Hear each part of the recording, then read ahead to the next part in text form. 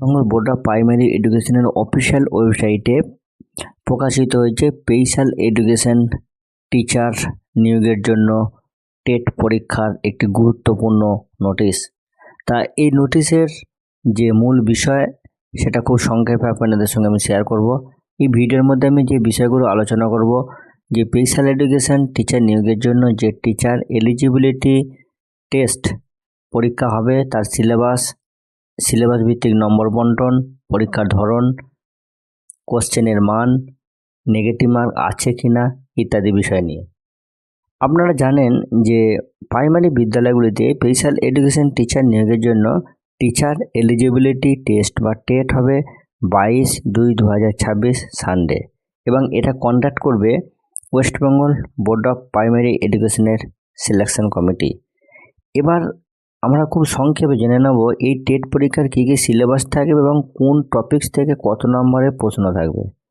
5টা পার্ট আছে সিলেবাসের। Number 1 child development and pedagogy, 30 number থাকবে এখান থেকে এবং 30টা প্রশ্ন থাকবে। Number 2 language 1 Bengali Hindi Nepali, যার যেটা ল্যাঙ্গুয়েজ সে সেই ল্যাঙ্গুয়েজটা সিলেক্ট করবেন। 30 নাম্বারের এখান থেকে মার্কস থাকবে এবং 30টা প্রশ্ন থাকবে। নাম্বার 3 ল্যাঙ্গুয়েজ 2 ইংলিশ, 30 নাম্বার এখান থেকেও থাকবে, 30টা প্রশ্ন থাকবে। নাম্বার 4 ম্যাথমেটিক্স, 30 নাম্বারের প্রশ্ন 30 নাম্বার থাকবে এবং 30টি প্রশ্ন থাকবে। নাম্বার 5 এনভায়রনমেন্টাল স্টাডিজ, 30 নাম্বার এবং এখান থেকেও থাকবে 30টি কোশ্চেন। টোটাল ফুল মার্কস হচ্ছে 150 এবং 150টি কোশ্চেন থাকবে। প্রতিটা প্রশ্নের মান 1। পরীক্ষার জন্য সময় হচ্ছে 150 মিনিট বা 2 ঘন্টা 30 মিনিট। ল্যাঙ্গুয়েজ 1 এবং ল্যাঙ্গুয়েজ 2 ছাড়া বাকি পেপারগুলোর প্রশ্ন হবে বেঙ্গলি এবং ইংলিশে।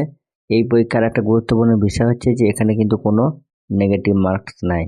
তো ফ্রেন্ডস, যারা স্পেশাল এডুকেশন টিচার নিয়োগের জন্য টেট পরীক্ষা দেবেন তাদের কাছে এই গুরুত্বপূর্ণ বিষয়টি আমি খুব সংক্ষেপে তুলে ধরলাম।